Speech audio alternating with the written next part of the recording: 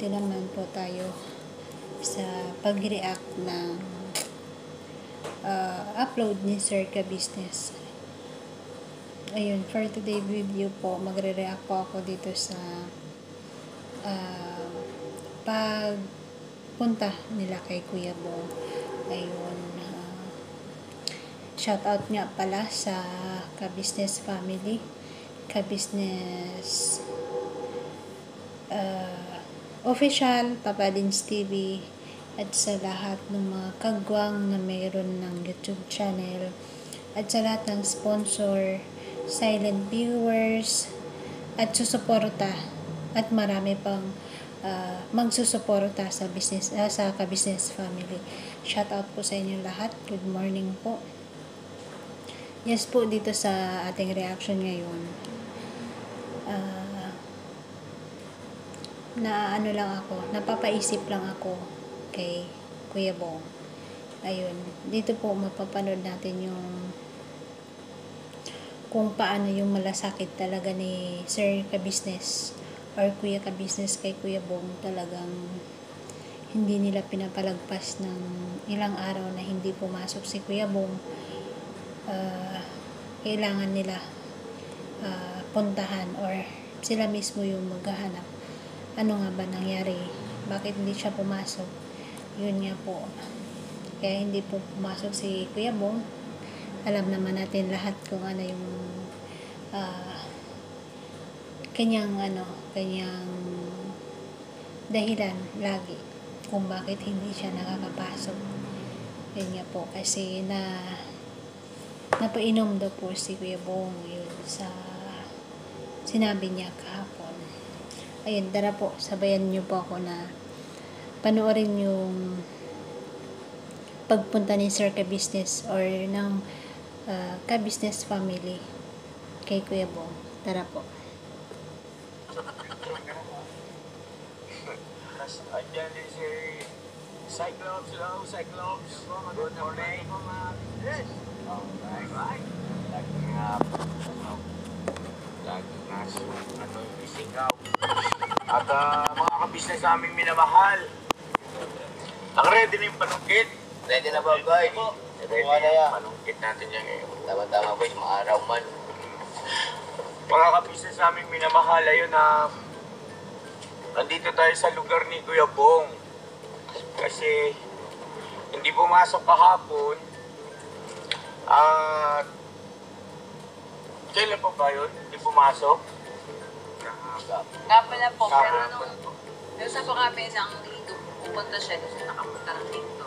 Okay. So, ibig sabihin, ngayon, kahapon na siya absent. So, yun pa mga kabisnes, agapan na muna natin ito kasi baka mamaya baka matulad na naman ba ng dati. Anyway, Ayun nga, no, mga ka-business, talagang hindi hinahayaan ni Sir Ka Business na mangyari ulit kay Kuya Bong yung mga katulad nung nangyari nung una.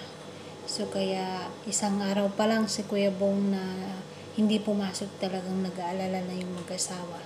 Dito mga ka-business, makikita natin yung malasakit talaga ni Sir Ka Business kay Kuya Bong, no? Kasi hindi talaga nila hinahayaan na mapahamak si Kuya Bong. Pati si Ma'am Ka Business, talagang yung pagmamahal nila kay Kuya Bong dito makikita talaga na solid talaga mga ka-business yung pagmamahal nila kay Kuya Bong.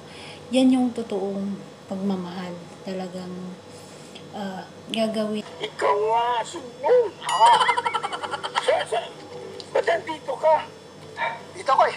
Ha? Dito ko eh. Dito ko eh. Saan ka pupunta? Dito lang.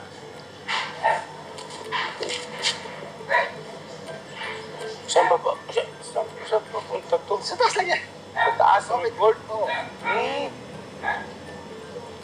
Hindi kasi kami naglalakad-lakad din kami. Hindi ko naman sukat akalain na ikaw pala nagpa-vlog-vlog kami. Kunin nga itong camera. At tara, punta tayo doon. Doon si Ate. Bong, Bong. kamot ka ng tenga mo ng ulo mo. Makati. Ha? Ha? Ano, pag gumaganyan si Kuya Bong, pambihira. Siguro,